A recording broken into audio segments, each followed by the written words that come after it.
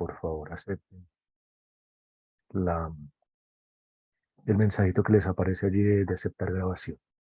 Bueno, entonces una cordial bienvenida a esta segunda cohorte del grupo de estudios steinianos. Em, en este periodo están también invitados los estudiantes del curso de filosofía contemporánea por obvias razones, siendo Edith Stein una filósofa contemporánea, fenomenóloga, que realmente pues tiene mucho que aportar. Creo que a 100 años de su muerte aún no ha sido lo suficientemente estudiada por los prejuicios que después podremos profundizar más en ellos, por digamos, por la situación misma de su obra, eh, la custodia que la obra ha tenido, en fin. Eh, entonces, en esta sesión de hoy vamos a tener tres momentos fundamentales. El primero, la presentación de los y de las asistentes a esta sesión. Tenemos pues un invitado especial, alguien que quiere tener un conocimiento más cercano de nuestro programa, mm, que está haciendo un doctorado en México. Luego él hará la presentación. Ana María va a empezar con la presentación de la biografía, porque Ana María es en estos momentos la líder, la estudiante semillerista, líder del semillero, ¿sí? Ella me acompañó el periodo pasado. eh, Sandra Urrego también estuvo. Entonces, pues ya tenemos, tenemos un semestre en sentido estricto trabajado fundamentalmente sobre la tesis de Stein sobre la empatía. Y pues bueno, eh, para que nos rinda el tiempecito, hagamos una corta presentación, el nombre, ponemos las cámaras si así lo deseamos y pues decimos si estamos en el curso de Filosofía Contemporánea, si estamos en el semillero de grupos steinianos, en qué periodo están, una corta presentación. ¿Quién quiere empezar?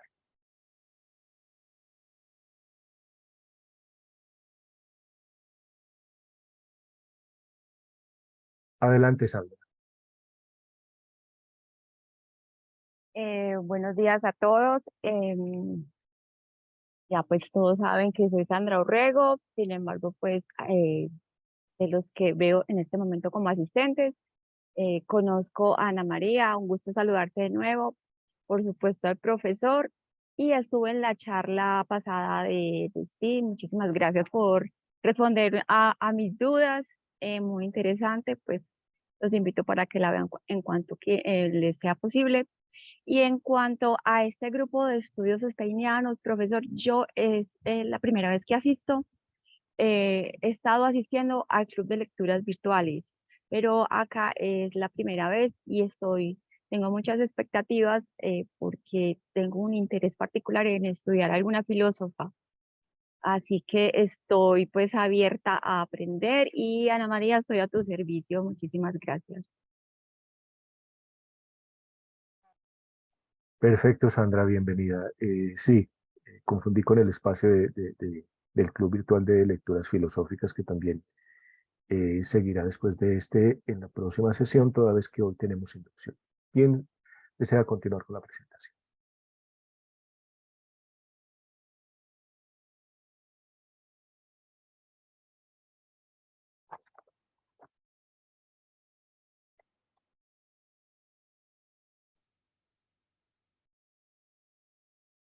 Adelante, este.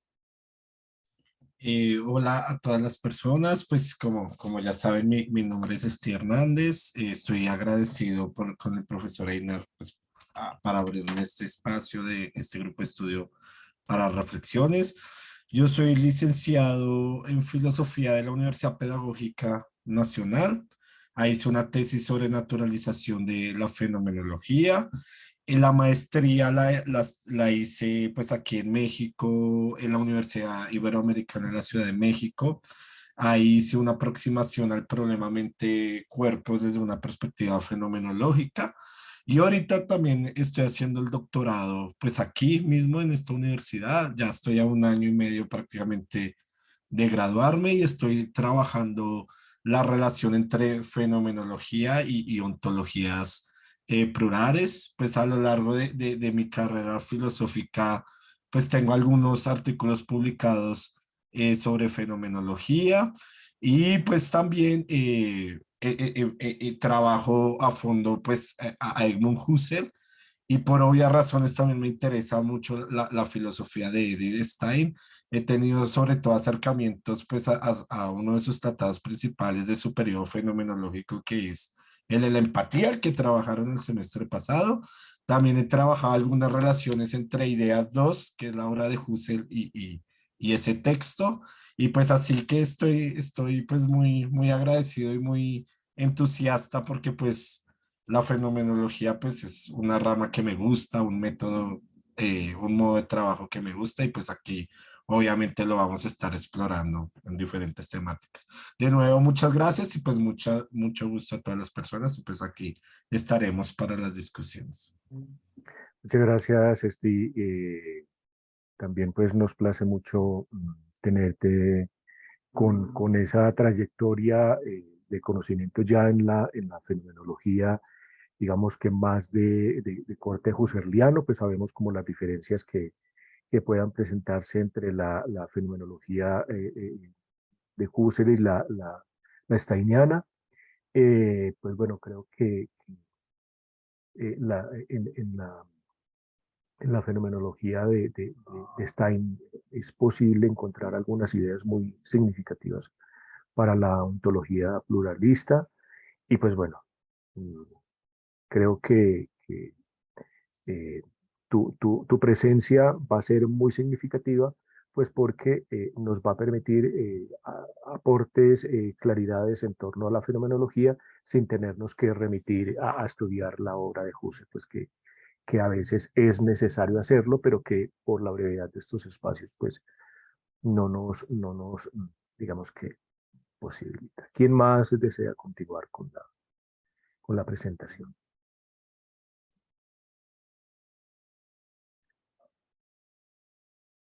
Bueno, ya Luz Bueno, solucionó el problema. Erika. ya, ahí está. Ok. Buenos días a todos. Mi nombre es Erika Leal. Soy estudiante de filosofía. Ya llevo más de la mitad del curso, de la carrera, perdón. Ah, me interesa este proyecto de investigación de estudios estenianos porque, bueno, analizando un poco, pues como todo, siempre hay mucho que aprender.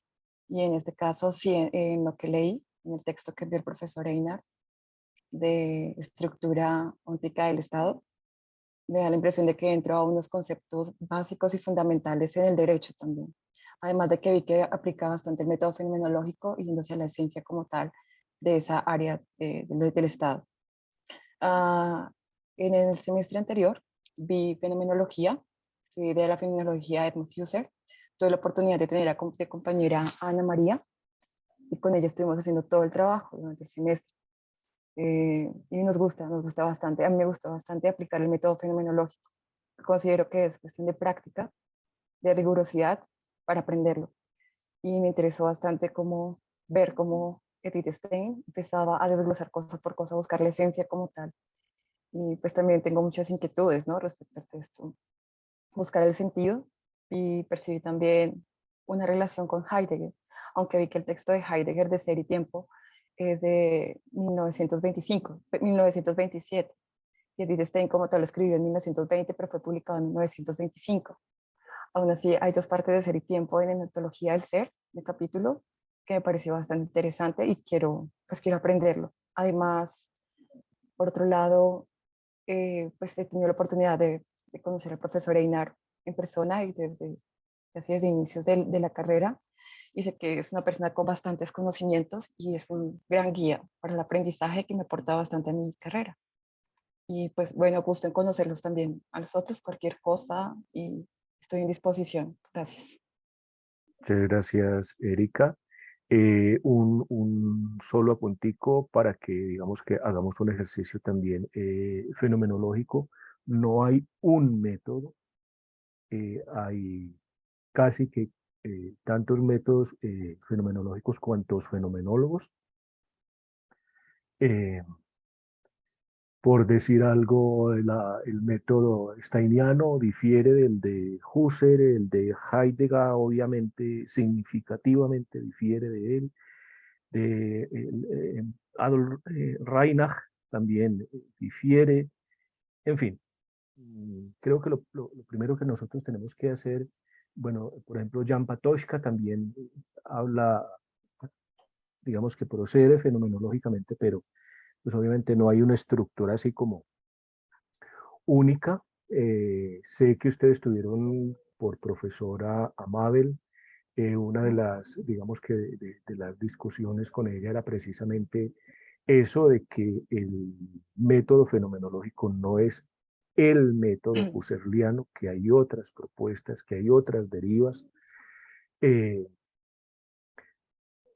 y que bueno, es necesario, digamos, que conocerlos en su extensión, en su diferencia, en su particularidad.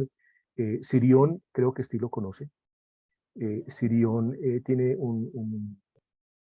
creo que es en la introducción a ideas, donde precisamente pues señala eso, esa particularidad de que incluso Husserl no tenía así una estructura así ya preestablecida de el método es A, B, Y, Z. ¿Sí? Hay un profesor, ahorita les busco el artículo y se los comparto por el chat. Hay un profesor que hace una buena síntesis gráfica del método fenomenológico. Me parece a mí que en términos pedagógicos y didácticos es buena guía, pero digamos que, pues, o sea, insisto, no es el método, sino los métodos. Ah, ok, sí, profesor, porque lo que usted decía con la profesora Mabel, pues aprendimos de ella o estudiamos de ella fenomenología con ella y precisamente decía, bueno, la fenomenología en sí no es solamente el método, sino una parte de ella, lo que lo entendí en síntesis. Y decía, los filósofos posteriores a él, a Husserl, lo que hacían era aplicar ese método fenomenológico como digamos a Heidegger al ser, o Hannah Arendt a la acción. Eso fue lo que le entendimos a ella. Y pues tener claro eso sí me gustaría bastante porque pues sí, me interesa bastante la fenomenología, obviamente. Y aprender, curiosidad. Claro que sí, Gracias, profesor. con mucho gusto. ¿Quién más desea participar? Yo. Adelante, por favor. Bueno, buenos días para todos y todas. Mi nombre es Jenny Tenorio Caicedo. Yo soy maestra de teatro y soy estudiante de tercer periodo de filosofía. Quise ser parte de este curso porque, pues, en la formación que estoy haciendo en mi proceso de filósofa, me parece que son aportes que contribuyen a reforzar todo el aprendizaje y toda esta malla curricular que vemos dentro del programa. Entonces, nada, pues espero sencillamente aprender muchísimo, que es siempre mi intención en todos los espacios donde estoy, y desde lo que pueda aportar, pues también estaremos prestos a hacerlo. Muchas gracias. Jenny, muchas gracias a vos. Pláceme mucho, digamos, que tener caras nuevas. Una condición nuestra fundamental es que todos aprendemos de todos, ¿sí? Aquí, aunque algunos tengamos unos estudios, unos escritos, todos estamos en esa actitud de aprendizaje. Entonces, pues la confianza, la amistad, la filía filosófica, todos vamos a aprender de todos. Entonces, pues me agrada mucho tenerte acá en este curso. ¿Quién más desea Gracias. hacer con gusto? ¿Quién más desea continuar con la presentación? Esteban, aprovechemos que empezó, que acabo de entrar. Estamos haciendo una corta presentación, Esteban. Ok, hola profe, hola a todos. Me disculpan por la cámara, estoy aquí en una situación donde no la puedo activar. Mi nombre es Esteban Arboleda, soy estudiante del curso de filosofía de la UNAD, ya estoy como en último semestre, también hice parte de los estudios steinianos del semestre pasado, que estuvimos ahí viendo sobre el problema de la empatía con el profe Einar, y bueno, mucho gusto a todos, un placer estar de nuevo con ustedes y bueno, y con muchas expectativas acerca de este curso. Listo, hermanito, bienvenido. Ya les compartí en el chat el artículo de Vargas. Hay una propuesta bien interesante, es de revisar. Uno no puede dar nada por hecho ni descartar. ¿Quién nos falta para hacer la presentación? Bueno, Ana María, entonces tienes la palabra. Una vez termine la presentación, Ana María, continúo yo y unos minuticos finales ya como para socializar, para hacer algunas ideas conclusivas, sea porque a partir de la presentación de Ana María o la mía, sea porque tengamos las inquietudes, sea porque también nos quiera, digamos, que dar algunos elementos también de lectura de Stein, específicamente la cuestión de investigación sobre el Estado. En fin. Entonces, adelante, Ana María.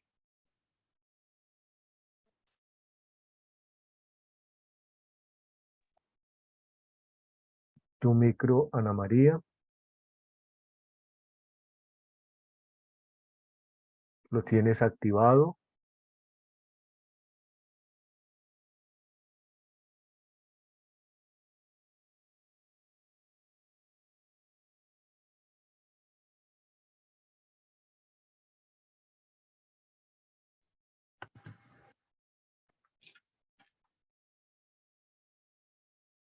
¿Ahora sí me escuchan?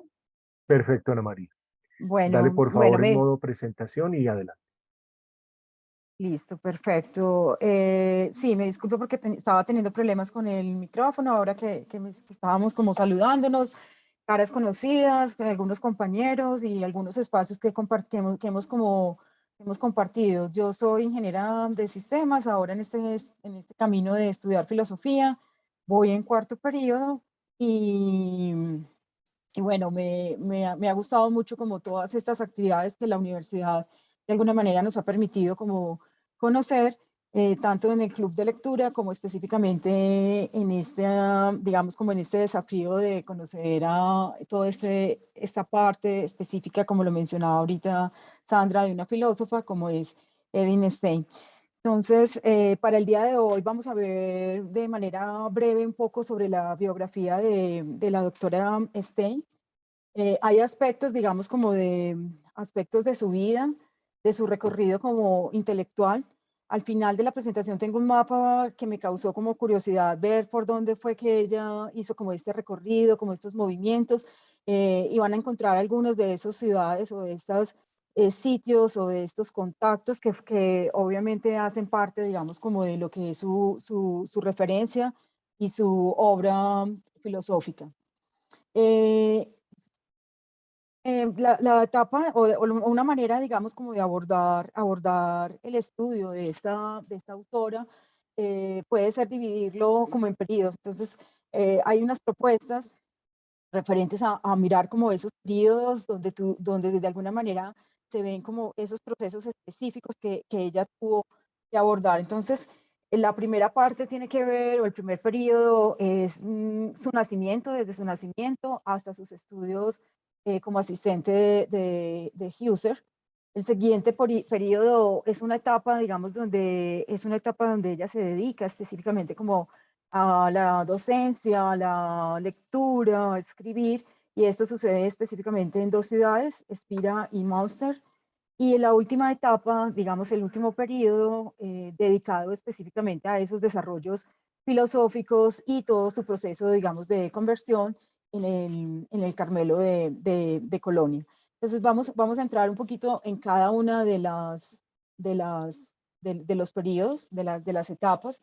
En el primer periodo, nace el 12 de octubre de 1891, una familia judía, una familia numerosa de 10 hermanos. Ante la muerte de su padre, su madre se hace cargo, digamos, de todas las actividades del hogar, inclusive de los temas que tenían que ver con la educación. En su adolescencia empieza a hacer como sus primeros viajes, sus primeros traslados, digamos, y ella se va a Hamburgo. A los 15 años se declara atea, ya que no veía que la religión judía le estaba aportando como nada, o sea, tenía como ese primer cuestionamiento. Luego regresa nuevamente a Breslavia, el lugar donde ella nació, y ahí ingresa a la universidad y hace cursos de literatura alemana, historia y psicología. Para esa época, entonces, ella escucha de Husserl, y pues en este momento se estaba, digamos, como toda esta etapa de la fenomenología de Husserl. Ella se siente atraída digamos, por esto, y para 1913 se traslada a Gotinga a estudiar con Husserl. Ingresa también, para esa época también empieza a tener como contactos con grupos intelectuales. Ahí está Reinhardt, ahí está Scheller, que son personas que tienen influencia sobre sus trabajos. En esa época, digamos en ese periodo, más o menos estamos hablando de 1914, está toda esta situación de la Primera Guerra Mundial, y esto para ella también tiene, digamos, un impacto, digamos, en lo que ha sido, digamos, o fue su vida. Ella hizo un curso en algún momento de enfermería, y pues en el momento en que estaba todo este tema de la guerra, se fue como voluntaria de la Cruz Roja. Después de este episodio, que también marca mucho, digamos, su trayectoria, digamos, de intelectual o de formación o de inspiración filosófica, regresa nuevamente a Gótica, y básicamente ya tiene una mirada diferente de las cosas, empieza como a comprender la vida, a cuestionar a trabajar sobre otros temas. Para 1917, ella había sido muy cercana, digamos, a la familia de los Reinhardt. Este señor muere en la guerra, y la viuda tiene un gesto que para Edenstein marca como también sus puntos de conversión, o esos puntos donde ella empieza a cuestionarse como referentes para lo que fue su proceso posterior de conversión. Ver la manera como a partir de la fe que tenía la viuda, toleraba, digamos, ese episodio de dolor, digamos, ante la muerte de su esposo. Entonces también fue, digamos, un hecho que tiene como significado dentro de su vida. Entre 1916 y 1918 se traslada a Friburgo como asistente de Husserl. Para esa época es que empieza a hacer, digamos, sus escritos acerca de su tesis doctoral, ya lo vamos a ver más adelante. No satisfecha de la manera como Husserl trabajaba, o digamos, Husserl tenía un estilo particular. Ella prácticamente ayudaba mucho en poner como orden a las notas, a todos sus trabajos, y era parte, digamos, como de su trabajo como al lado de este maestro. Decide dejar a Husserl, y para 1919 ella se prepara hace una habilitación para prepararse como docente. Estamos en esta época, las mujeres tenían en esa época esa dificultad, pues digamos, para poder ingresar como docentes a las instituciones, y finalmente su condición de ser judía y de ser mujer, pues de alguna manera en ese momento no le permitió llegar pues a este claustro. En resumen, entonces ella descubre la fenomenología en este periodo, tiene esos contactos con Scheller, con Reinhardt, y ese servicio en el hospital. Regresa a Breslavia, dicta clases privadas, ya que no pudo como vincularse como docente. Empieza a trabajar un poco como temas de política. Para esa época se acerca a un grupo, a una familia, son los Conrad. Con ellos comparte como inquietudes intelectuales, son una pareja, unos esposos. Ella se va a vivir un tiempo con ellos y en una ocasión en la biblioteca de los Conrad, ella descubre un libro que es una autobiografía de Teresa de Ávila. Para ella este es también un punto específico, crucial dentro de lo que fue su proceso de conversión. Todo esto hace que ella hacia 1922 se bautice y posteriormente reciba la confirmación. Desde la mirada de sus obras en este mismo periodo, 1891 a 1922, ella empieza a tener un interés particular en lo que es la estructura de la persona. La fenomenología de Husserl también fue, digamos, ese gran punto intelectual o de contacto que ella también abordó y que tomó y que sobre eso, digamos, también hizo su opinión, o puso su opinión. Allí encuentra, digamos, trabajando con él, encuentra la temática de su tesis doctoral sobre el problema de la empatía en 1916.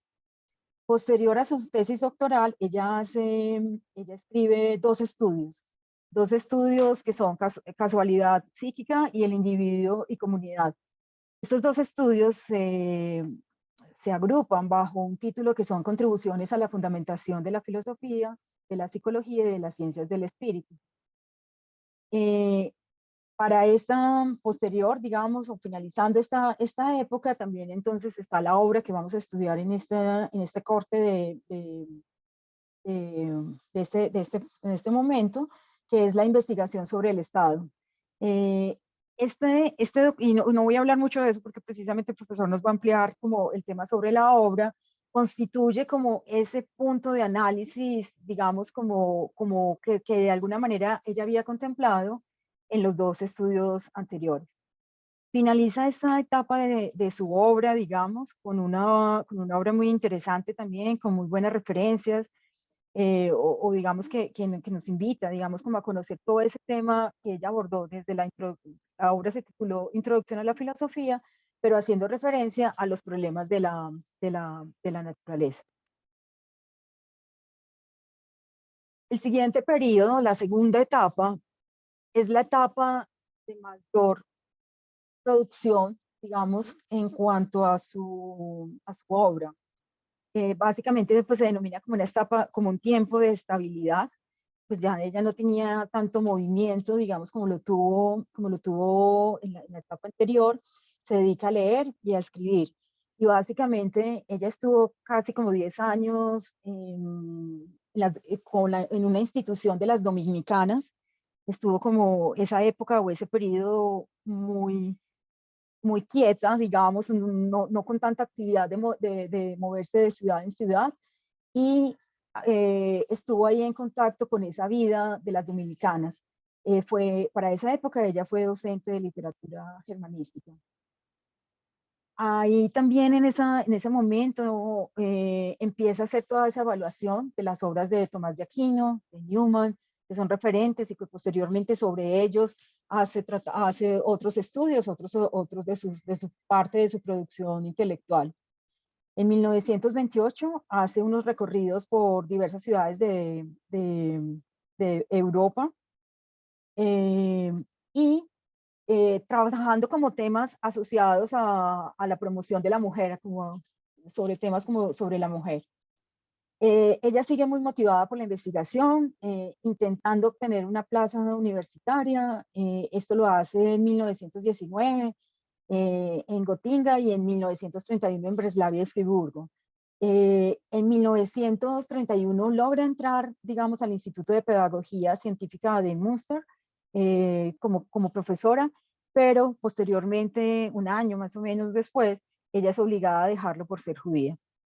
Para esta época hay también dentro de su vida estos momentos específicos, digamos, de la conversión. Entonces, ella decide ingresar a la vida religiosa en abril de 1934, hasta junio está como aprobado su ingreso, y a sus 42 años, el 15 de octubre, ingresa al Carmelo, donde ella acoge el nombre de Teresa Benedicta de la Cruz. En esta época sus escritos están, su producción es su gran producción, digamos, como intelectual. Entonces, ella sigue con ese interés de la estructura de la persona, en este momento ya con una mirada más desde la teología o de lo teológico. Hace una obra que se denomina, pues, que se llama Naturaleza, Libertad y Gracia. Para esta etapa, una de las temáticas que también tiene, digamos, en su producción intelectual es la razón y la fe. Y en 1921 crea el escrito titulado Verdad, Espíritu y Palabra. También hizo muchas traducciones, hizo bastantes diferentes traducciones de Tomás de Aquino, que fue pues uno de sus referentes. Esto estamos hablando en 1925. En Gotinga hay un encuentro de intelectuales digamos, como haciendo un homenaje a Husserl.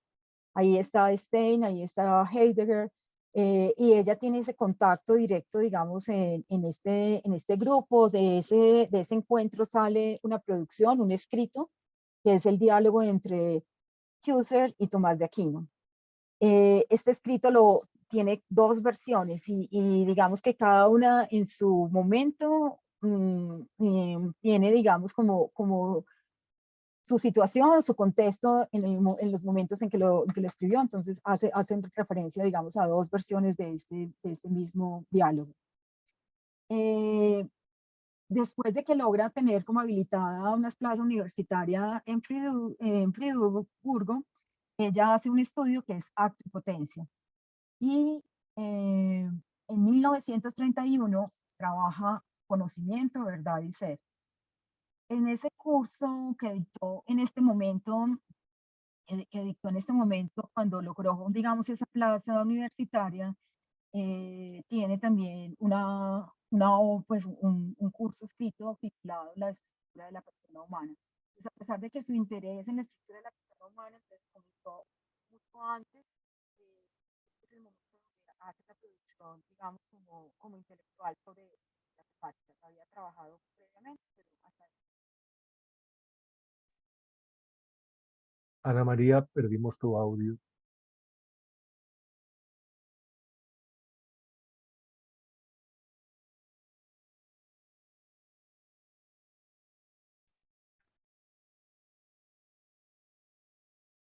¿Ahora me escuchan? Sí, señora, adelante. ¿Qué parte perdieron de pronto?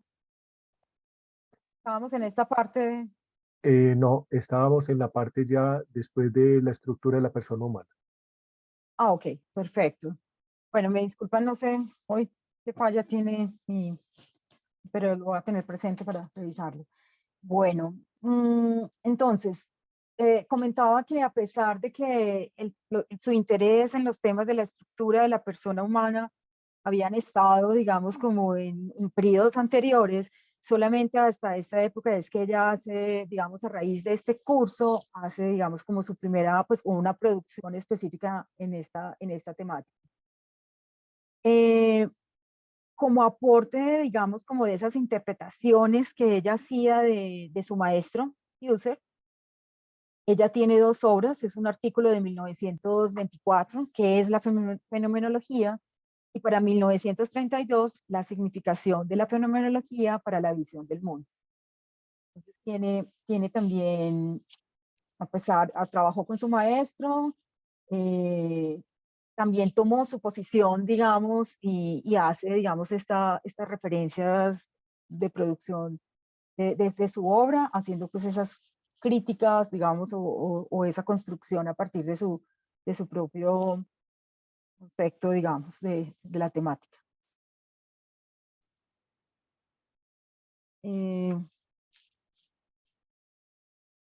Listo.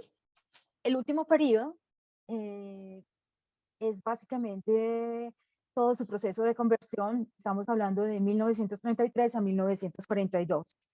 La situación que se tenía en ese momento era la persecución de los judíos. Su hermana Rosa también se convierte del cristianismo. se une con ella en la orden de las carmelitas, y por la situación que estaba llevando en este momento ese entorno, ellas son trasladadas a Holanda, a una ciudad que se llama Esch. Hacia 1941 inicia a escribir La ciencia de la cruz, una de sus obras también referentes. En agosto de 1942, las hermanas Stein son capturadas, son llevadas al campo de concentración y el 9 de agosto mueren asesinadas en la cámara de gas. Para esa época, o en ese periodo, su obra filosófica de mayor reconocida, digamos, es Ser finito y ser eterno, un intento de la ascensión hacia el sentido del ser. Ella había hecho un escrito sobre acto y potencia. Ella básicamente lo que realiza para este periodo es una elaboración de ese libro y trabajando específicamente el problema del ser. Tenía las influencias de la obra de Santo Tomás, de la fenomenología, incluye 2 apéndices particularmente en esta nueva elaboración del libro, que es El castillo interior, que está influenciado por Teresa de Ávila, su lectura o su conocimiento, digamos, de ella. Y tiene otra parte que es alrededor de la filosofía existencial de Martin Heidegger. Trabaja una síntesis de las ideas de ser y tiempo. Por último, quiero como contarles un poco sobre dónde están esos archivos. Hablamos un poco sobre los catálogos, de dónde están sus obras y cómo fueron recopiladas o cómo fue ese tratamiento de las obras. Entonces, hay como 4 puntos específicos de acuerdo con la mirada de Béjar. Ya vamos a hablar un poco de las referencias. Este autor presenta, digamos, como 4 grandes puntos donde de alguna manera fueron condensadas o como inició ese proceso de buscar estas obras, estos escritos, estos documentos en este contexto que se tenían de guerra, en todo esto. Entonces, uno de los puntos es el archivo de las Carmelitas en Bruselas. Estos trabajos, allí se hizo un trabajo fuerte de recopilación, reconstrucción, orden, catalogar las obras, los manuscritos, hacer todo este tratamiento, digamos, a los textos. Cuando ella fue en la época en que ella tenía que huir a Holanda por la situación que se daba en este momento de ser judía y de tener toda esta persecución, ella llevó algunas de esas obras, de esos manuscritos, de esos trabajos inconclusos, y su intención era continuar haciendo la construcción de estos documentos. Entonces, este es uno de esos primeros puntos. El otro es cuando ingresó a la comunidad de Colonia. Ella llevó consigo, ella siempre viajaba, digamos, como con parte de su biblioteca, sus trabajos. Entonces, esta parte también la tiene allí. En este punto específico, tienen como borradores o esas partes, digamos, que fueron fundamental en su obra filosófica de El ser infinito y eterno. El otro archivo es un archivo también de las dominicanas. Esto es en Espira. Fueron casi 10 años que ella vivió allá.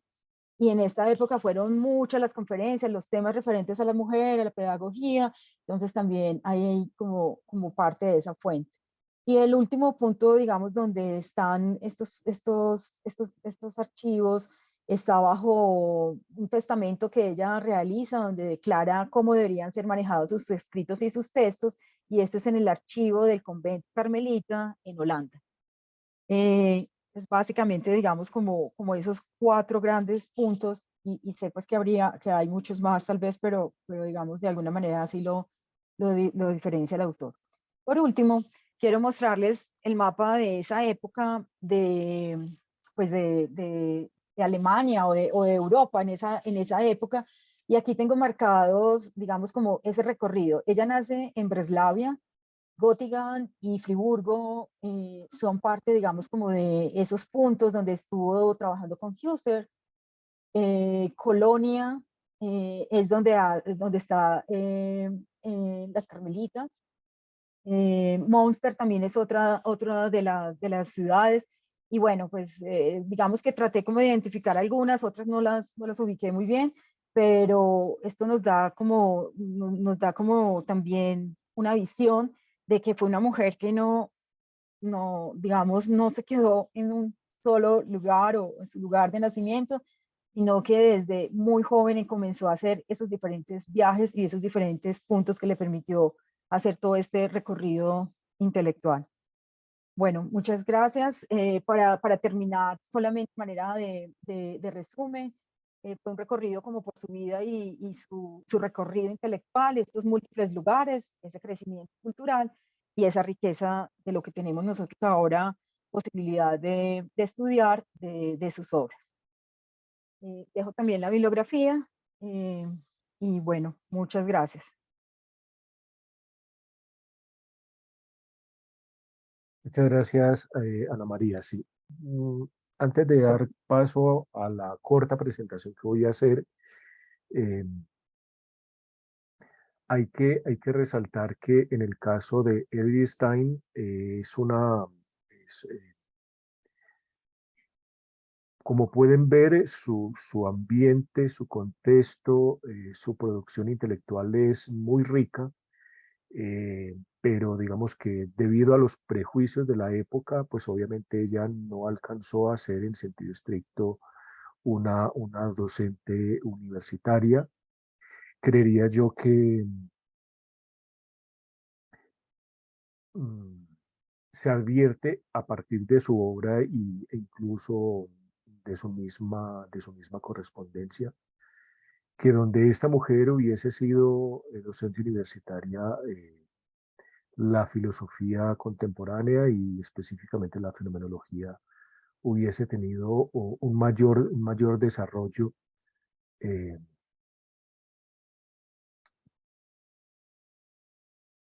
mm, digamos que desde otras vertientes, desde otras posiciones. De pronto la fenomenología no hubiese sido, digamos que tan falocéntrica en el sentido de que fenomenología es solamente Husserl y Heidegger, por ejemplo. Eh, bueno, otros autores que también le permiten a uno acercarse mucho a esta fenomenología en sentido, digamos que amplio, diverso, es Roman Ingarden. Stein tiene muy buena correspondencia con él. Steve, si quieres, hay un libro de Roman Ingarden, Introducción en la Fenomenología de Husserl, de Edmund Husserl, Lecciones de Oslo, 1967. Allí también pues tenemos una aproximación a esta corriente. Creería yo, bueno, que la dificultad con Edith Stein se debe, por un lado, precisamente a la situación que se presentó respecto de su obra. Segundo, que mucha de su obra hace poco, sobre todo a partir del año 2000, se ha empezado a traducir al español. Y entonces digamos que en el contexto hispanoparlante, uno puede identificar estudios y desarrollos en el caso de España, en el caso de México y en el caso de Chile. Creo que en Brasil hay un profesor que ya ha trabajado, que ha pues, hecho escritos sobre Stein. Creo que en Perú también. En Colombia encontré algunos nombres, pero creo que en estos momentos ellos no están acá en Colombia. O sea, son colombianos, pero no están acá, sino que están en Europa. En fin, creo que tanto por la situación biográfica como por la situación de edición de sus escritos, sumado a los prejuicios por ser mujer, por ser monja. En su época era simplemente por ser judía, pues de pronto no ha tenido la recepción que pueda tener, eh, independiente de que se sea cristiano, católico o agnóstico o ateo. Creo que los aportes en términos antropológicos, en términos filosóficos, en términos pedagógicos, en términos sociológicos, en términos de ciencia política, bueno, creo que es una mujer muy versátil,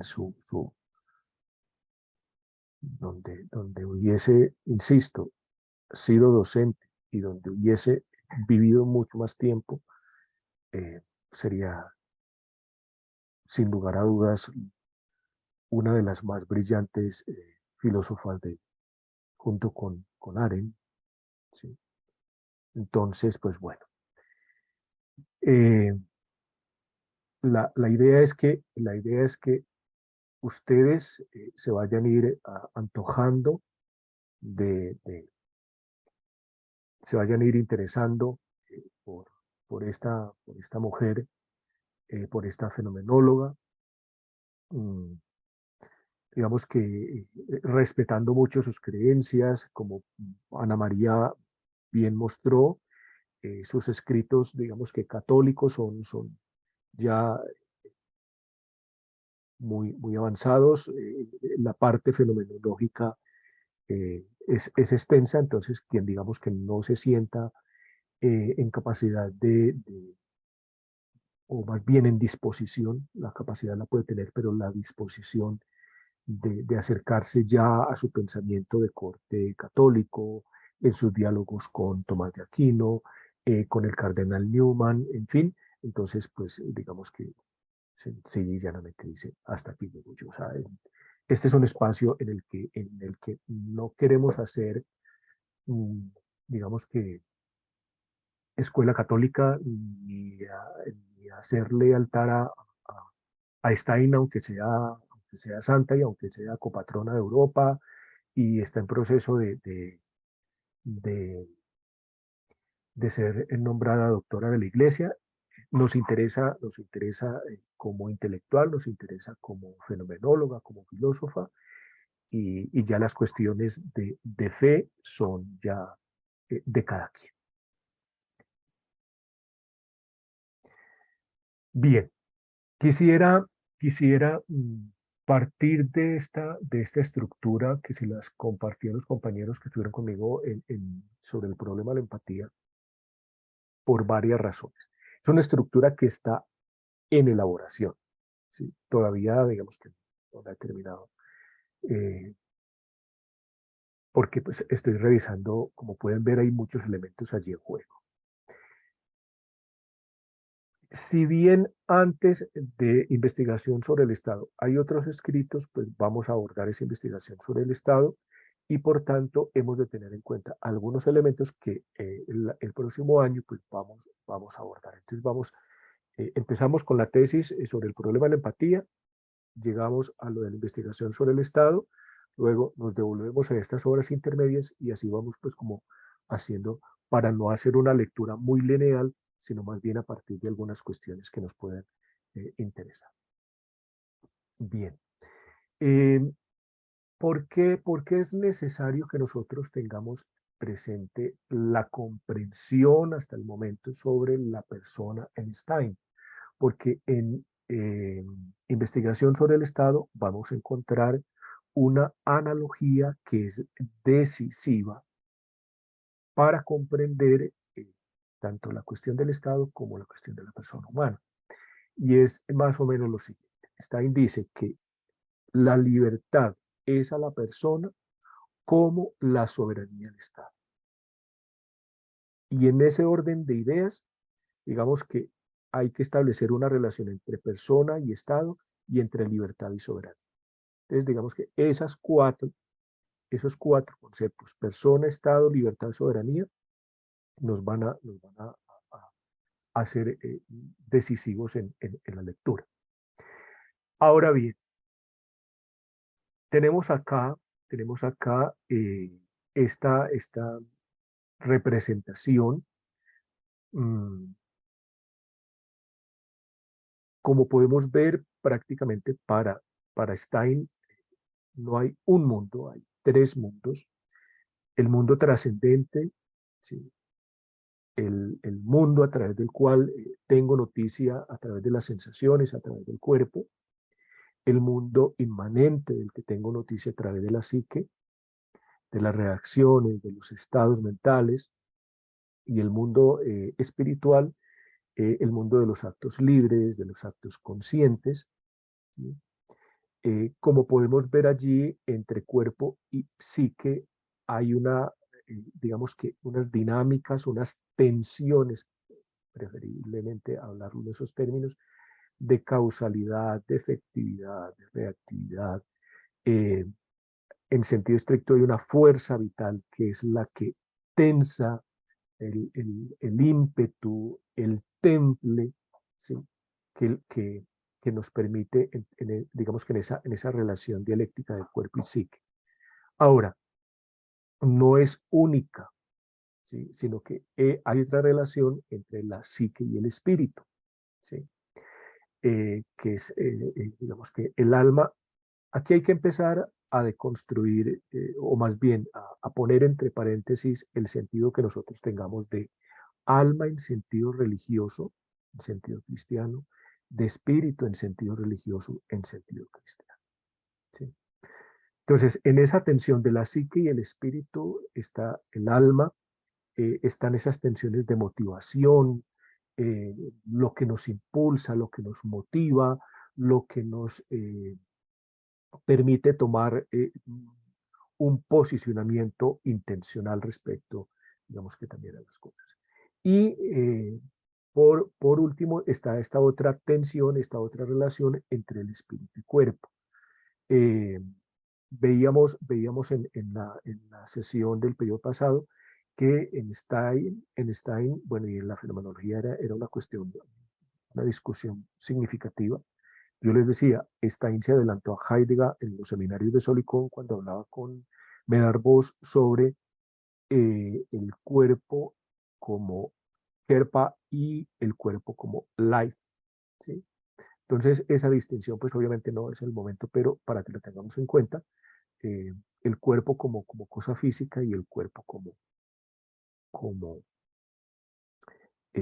dinamismo vital. Y en ese orden de ideas, en la relación espíritu-cuerpo, ¿sí? Está fundamental el carácter, tiene un papel preponderante allí, toda vez que es lo que nos permite, digamos, que realizar también esos procesos de configuración, de posicionamiento intencional. Entonces, digamos que la persona es, digamos que no solo en sentido estricto cuerpo, psique, espíritu, sino que es todas estas cosas en juego, ¿sí? En tensión, en relación. No, no es el típico dualismo mente, cuerpo o alma, cuerpo, sino que en Stein es mucho más compleja la comprensión de la persona. ¿Por qué es necesario pensar la relación persona, comunidad, sociedad? Aquí estamos ya teniendo una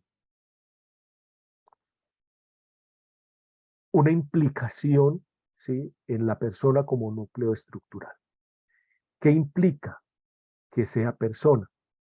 Por un lado, que en ella se concentran las vivencias corpóreas, insisto, el contacto con el mundo físico, las vivencias psíquicas, ¿sí? Las reacciones trascendentes dispuestas al mundo físico, percepciones como las inmanentes, lo que imaginamos, lo que fantaseamos, lo que sentimos, lo que recordamos, y las vivencias espirituales, los actos voluntarios, intelectuales, de conocimiento. Miren la diferencia, digamos que de comprensión de espíritu en el caso de Stein, y aquí es fundamental el asunto de la libertad.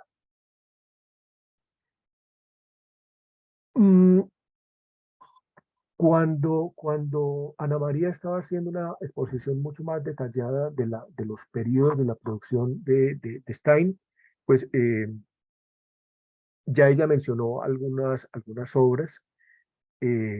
Solo quisiera mencionar varios detalles. Por un lado, que en muchos casos ella escribió dichas obras, pero que no quiere decir que en el mismo tiempo en que fueron escritas fueron publicadas. Como pueden ver, allí algunos escritos fueron, digamos que, publicados en sentido estricto posteriormente. Es importante saber cuáles son las líneas de pensamiento que preceden a la investigación sobre el Estado. Entonces, la tesis, la empatía como forma de la intersubjetividad y condición de posibilidad de la objetividad, ¿sí? La comprensión del ser humano como un ser espiritual, pero insisto, como ser espiritual, no porque rece mucho ni porque crea en Dios, sino porque se entiende el espíritu como la capacidad de salir de sí, ¿sí? Pero también es en doble vía, de salir, entrar, eh, de, de, de conocer el mundo, de conocer los otros, de conocerse a sí mismo y pues posteriormente la cuestión de Dios. El otro como sujeto de experiencia y no como objeto. ¿Sí? Esto es fundamental. Hoy, esta línea amerita ser trabajada, ser desarrollada. El otro como sujeto de experiencia y no como objeto. Y la comprensión de la persona como sujeto espiritual, un ser capaz de trascendencia, un ser capaz de abrirse a los otros, de conocer el mundo. Obviamente aquí ya hay eh, se advierte una posición ya más realista, ¿sí? Una ontología más realista y que dentro de la tesis se advierten ya ciertos distanciamientos con su maestro. Eh, en causalidad psíquica, el fundamento ontológico de la causalidad psíquica, análoga a la causalidad natural, es la motivación, ¿sí? Y de la actuación de la conciencia es la libertad. Aquí es muy importante entonces eso, tener presente concepto, motivación. ¿Sí? La motivación va a ser en esa obra fundamental. En individuo y comunidad va a decir lo siguiente: comunidad e individualidad se copertenecen. ¿Sí?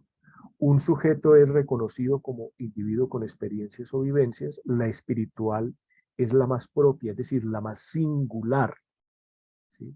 La más auténtica, si se quiere. Y por tanto, una comunidad auténtica es el ámbito de realización del individuo.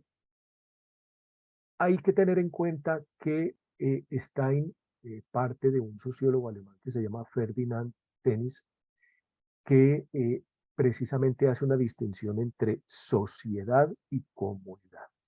Para Stein esa diferencia es decisiva, es fundamental. Y en ese orden de ideas también es una situación que amerita que se siga desarrollando, porque parece ser que hoy estamos en una época en que es la época de la sociedad y la comunidad, el sentido de comunidad ha caído en desuso o en sospecha, y creo que ese es uno de los riesgos tanto para cuestiones del Estado como para relaciones intersubjetivas, el que las relaciones hoy se reduzcan a relaciones de sociedad y no de comunidad. Eso es fundamental. Introducción a la filosofía, digamos que es filosofar sobre una base lógica. Sabemos que Stein, con todas las dificultades que tuvo para ser profesora, dio clases privadas. eh, cuando digamos que uno ya empieza como a intercalar obra con escritos biográficos, encuentra uno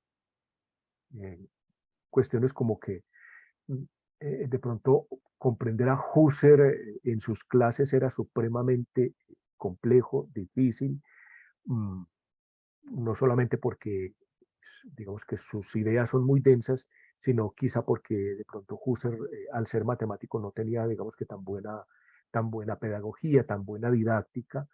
Stein creo que era una maestra por naturaleza, la buscaban para que les explicara y de hecho pues en algunos escritos se habla de que esta mujer pues prácticamente tenía algo así como una especie de guardería fenomenológica en la que se iba a comprender más en términos más comprensibles todas las cuestiones del maestro. Entonces creo que todos esos apuntes que Edith Stein quiso, que consignó precisamente como para esos espacios de reflexión, de acercamiento, venga, no entendimos la clase, qué fue lo que dijo el maestro Husserl hoy, venga, desmenucemos eso y estudiémoslo nosotros. Y entonces en ese orden de ideas es un escrito que obedece, digamos, que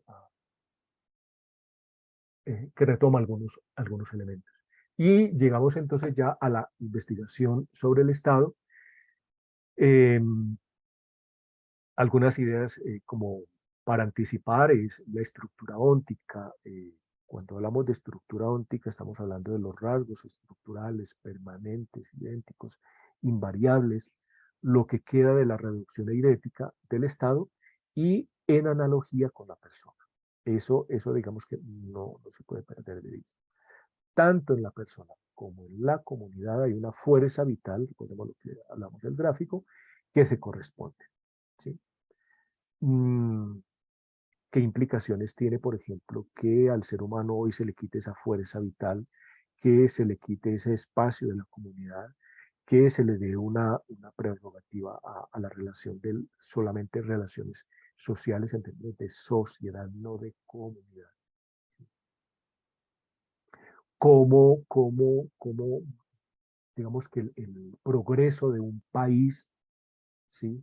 El progreso de un país, el progreso de un Estado depende del desarrollo espiritual que tenga la persona y por ende la comunidad? ¿Sí? Insisto, espiritual no en el sentido religioso. Y por último, entonces tenemos como el plan, el trazado de una investigación sobre el Estado.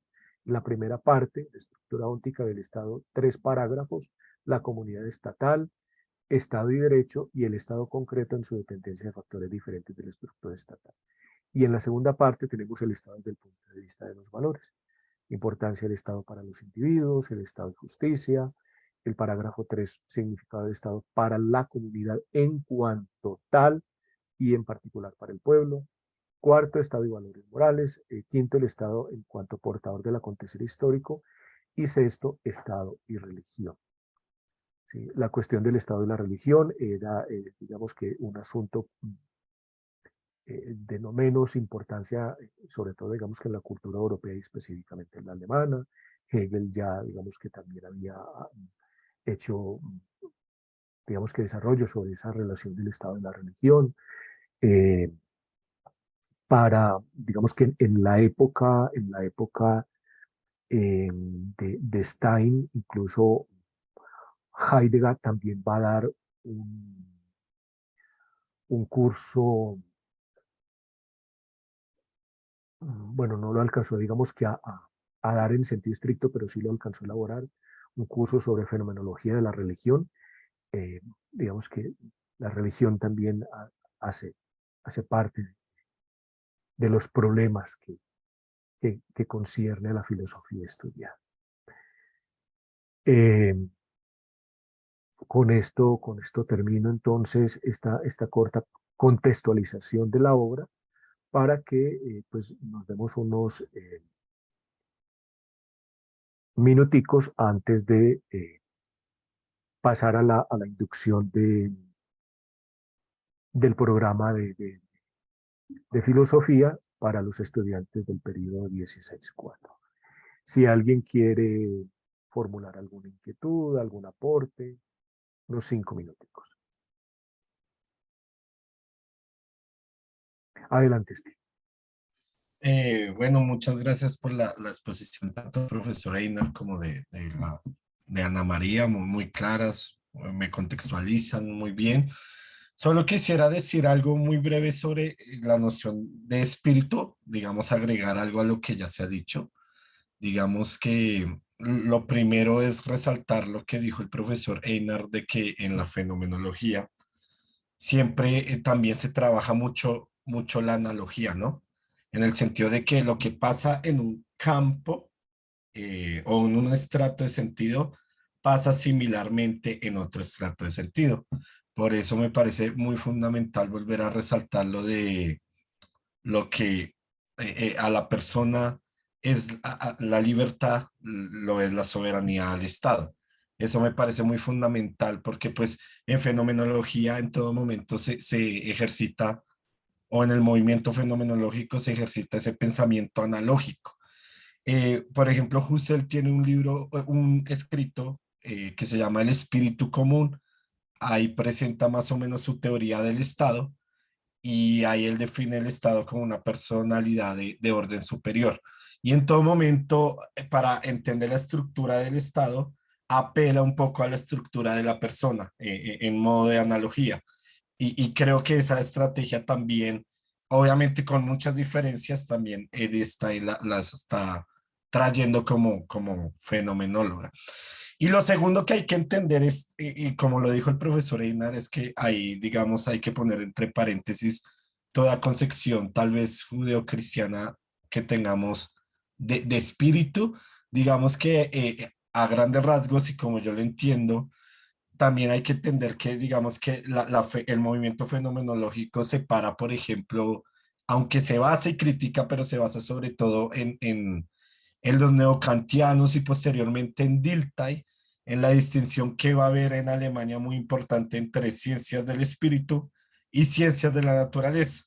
Entendiendo ciencias del espíritu, prácticamente lo que se entiende hoy contemporáneamente como ciencias sociales, ciencias de la cultura.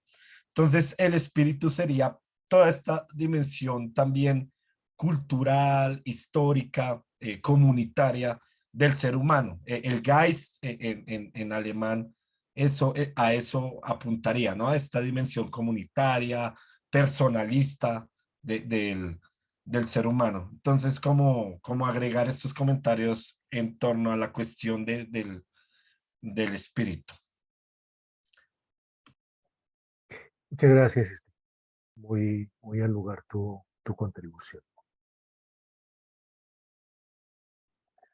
Bueno, entonces, para que nos conectemos a la reunión de la inducción, quedamos para dentro de 8 días a las 9 de la mañana, empezar entonces con el primer parágrafo. ¿Sí? Vamos a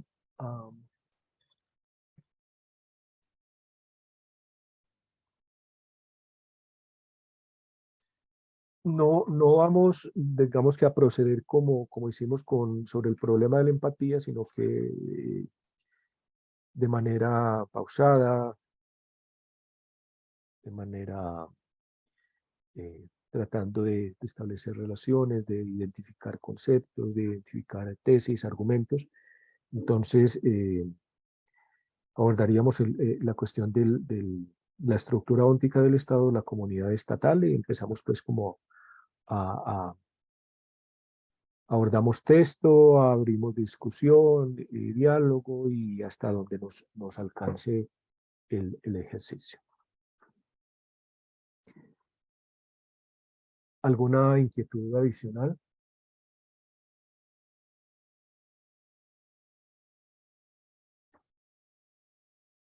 Bueno, entonces, si no es más, agradecerle su asistencia, su participación. Cualquier inquietud sobre el... sí, Luz, lo que pasa es que, digamos que en este periodo vamos a abordar a partir de hoy todos los sábados de 9 a 10 y cuarto más o menos.